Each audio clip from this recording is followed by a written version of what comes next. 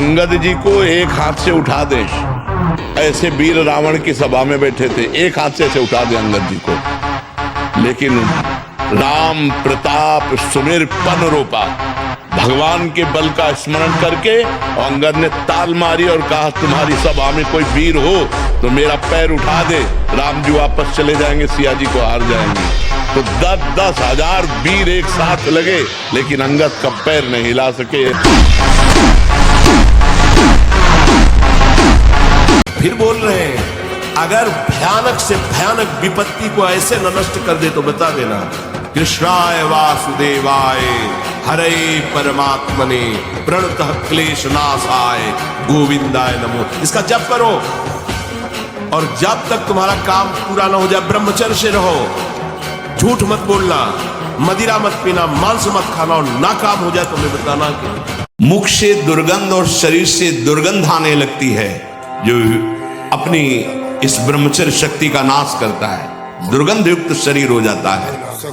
नाक के किनारे ऐसी हल्की हल्की झाई आने लगती है, ऐसे यहाँ हल्की हल्की झाइयां पड़ने लगती, काले दाग जिन्हें कहते हैं, ये चिन्ह है ब्रह्मचर्य का नाश करने की।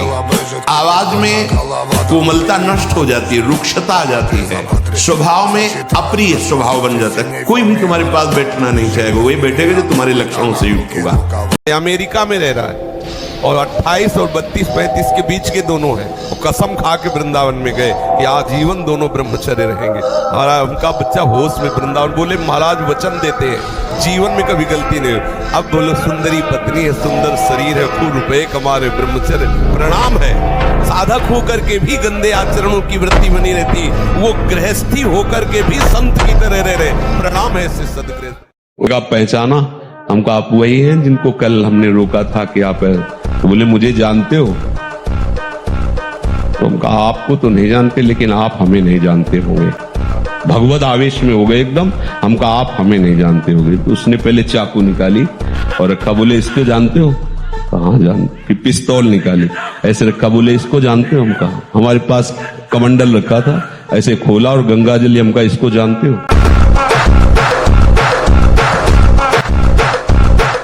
बिना शरीर को थकाए ब्रह्मचर्य को पचाया नहीं जा सकता। जैसे दंड बैठक दौड़ भाग व्यायाम किया, फिर आप भले गृहस्थ हो, फिर दिन भर कार्य करते रहो, 30 मिनट तो पूरे शरीर को ऐसा व्यायाम में रखो पसीना पसीना हो जाए। पहले खेती जोतते थे ना किसान, एक पार वाला होता था और पूरे खेत को उसी से जोतला है, बलवान होते, 2 लीटर मठा और 8 रोटी पाए, बैल की जैसी ताकत। अगर बैल को नाक पकड़ के रोक ले तो वो वही खड़ा हो। सबको जिसे ब्रह्मचर्य रहना है, 2 समय भोजन हल्का 24 घंटे में पर्याप्त है ब्रह्मचारी के लिए, 2 बार तो हल्का, केवल 2 ही समय भोजन करे।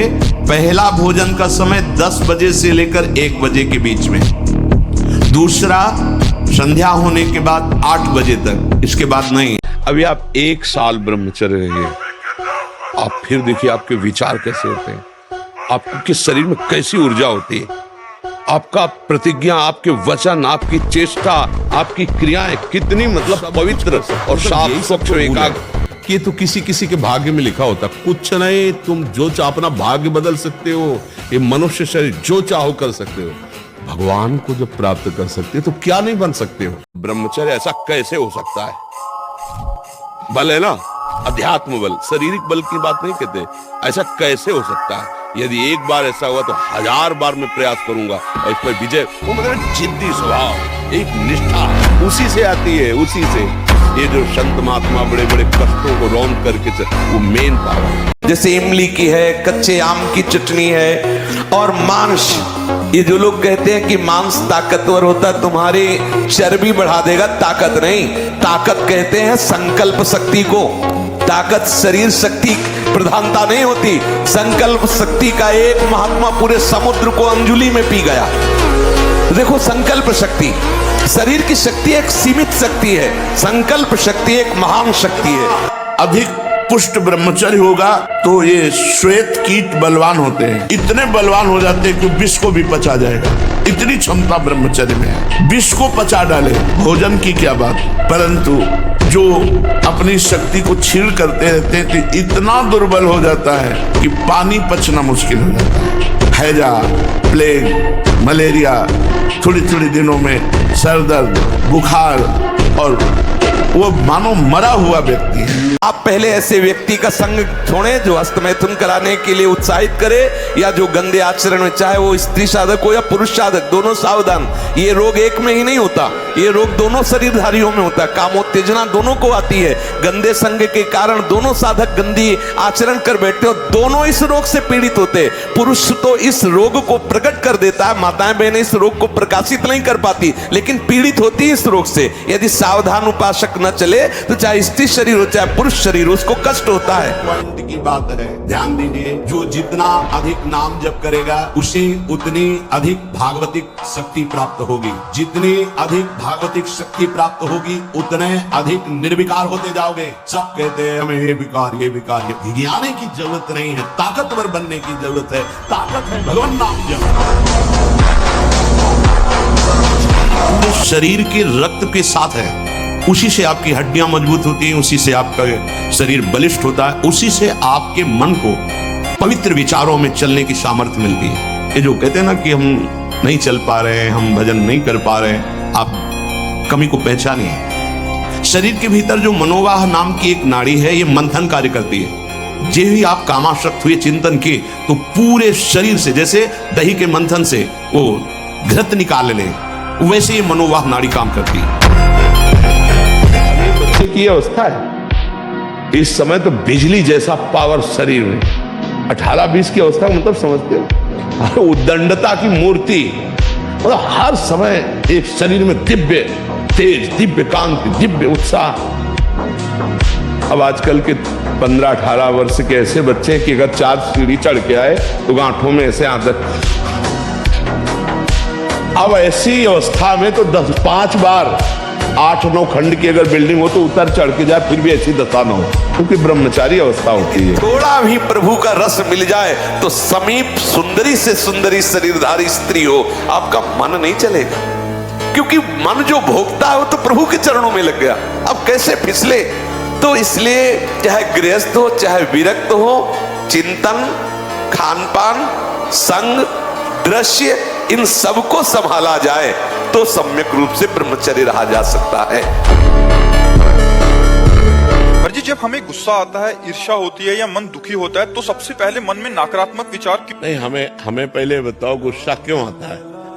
गुस्सा तब आता है जब हम ये कामना करते हैं कि ये ऐसे चले और वो नहीं चलता, कोई भी हो, तो गुस्सा आ जाता है। हमको ये सोचना है कि मुझे कैसे चलना है। जब मेरा बेटा गलत चल रहा हो तब मुझे कैसे चलना है, मेरी पत्नी जब प्रतिकूल चल रही तो मुझे कैसे चलना है। मुझे क्रोध नहीं लाना, बहुत प्यार से, बड़े गंभीरता से, धैर्य पूर्वक हमें समस्या का समाधान करना चाहिए। क्रोध से समस्या बढ़ती है, ना कि समस्या का समाधान होता है। जब हम गुस्सा करते हैं तब हमारे द्वारा कुछ ऐसा हो जाता है जिससे समाधान होने की जगह और हम फैल जाते हैं, प्रपंच में फंस जाते हैं। तो मुझे लगता है उस समय नाम जप करके हमको अपने अंदर की सोच को ठीक करनी होगी। अगर हम अंदर की सोच को ठीक नहीं कर पाए तो जेल जितनी भरी है वो सब इसी में भरी है, काम में या क्रोध में या व्यभिचार में फंसा या हिंसा में फंसा, चोरी में फंसा, इसी में जेल भरी हुई। तो हमें लगता है हम उस समय अपनी सोच को कंट्रोल कर सके, उसके लिए भगवान का भजन है। भगवान के भजन में बहुत बड़ी सामर्थ्य है और सामने वाले का परिवर्तन क्रोध से नहीं होता, हमारी नम्रता और विनम्रता और सहनशीलता से होता है। एक बार श्री स्वामी एकनाथ जी महाराज महाराष्ट्र के गंगा स्नान करने गए, तो स्नान करके लौट रहे थे तो ऊपर विधर्मी का महल था, गली के ऊपर। उसने थूक दिया, देखा महात्मा का नहा के जा, तो ऊपर थूक दिया, ऊपर गिरा। वो फिर नहाने गए, वही गली थी, फिर लौटे, फिर थूक दिया, 100 बार थूका। वो 100 बार स्नान करके आए। जब 100 बार स्नान करके आए तो हार गया। वो नीचे उतर के आया, नाम किया और कहा मुझे क्षमा कर दो। उनका क्यों भैया? बोले मैंने 100 बार आपके ऊपर थूका, अपराध किया। बोले नहीं, आपने बड़ी कृपा की। एक दिन में 1 बार गंगा स्नान करता था, आपकी कृपा से 100 बार गंगा स्नान हुआ। ये तो आपकी कृपा, वो चरणों में लौट गया और कहा आज के बाद कभी किसी महात्मा के साथ गलती नहीं करेंगे। विनम्रता और धैर्य ने उसको बदल दिया। अगर उसी समय गाली देते तो शायद और थूकता और गुस्सा करता या और विपरीत चला जाता, लेकिन वो कुछ नहीं बोले तो उसका सुधार हो गया। विनम्रता और धैर्य से यदि हम अपनी सोच को कंट्रोल में रखें तो हम किसी का भी सुधार कर सकते हैं। गुस्सा से सुधार नहीं होता, गुस्सा से और हानि हो जाती है। जैसे छोटे छोटे बालकों को आप बार बार प्रताड़ित करते रहे तो उनके अंदर आपके प्रति जो अश्रद्धा पैदा होगी, जब वो जवान होंगे तब वो आपका अनादर करेंगे कि ये बहुत दुष्ट हमारे साथ ऐसा ऐसा करता रहा। तो हमें लगता है बच्चों को प्यार से समझाने की कोशिश करें, दुलार से समझाने की कोशिश करें। ज्यादा क्रोध का प्रयोग ठीक नहीं है। होता है, अगर वो बाहर किसी तरह भी आया तो ठंडा होकर गाढ़ा हो जाएगा, वो रोक लेगा। इसकी आखिरी परिणति है वीर्य। वो स्वयं से नहीं निकलता, वो इससे भी गाढ़ी वस्तु है, वो घर्षण से निकलता है।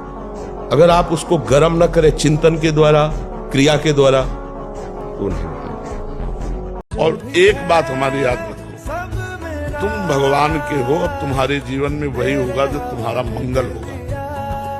भारी विपत्ति या दुख जो भी भेजा जा रहा है वो तुम्हारे मंगल के लिए भेजा जा रहा है। परिणाम में देख लेना बड़ा मंगल। जिसे हम प्यार करते हैं उसको देखने में सुख मिलता है, उससे बात करने में सुख मिलता है, उसके पास बैठने में सुख मिलता है। तो हम कहते हैं भगवान ने रचा है, ये खेल रचा है तो एक सीमा भी अपने यहाँ रख दी, प्यार। तो प्यार करो तो उसको सुख देने के लिए करो, जिसके प्रति समर्पित हो गए।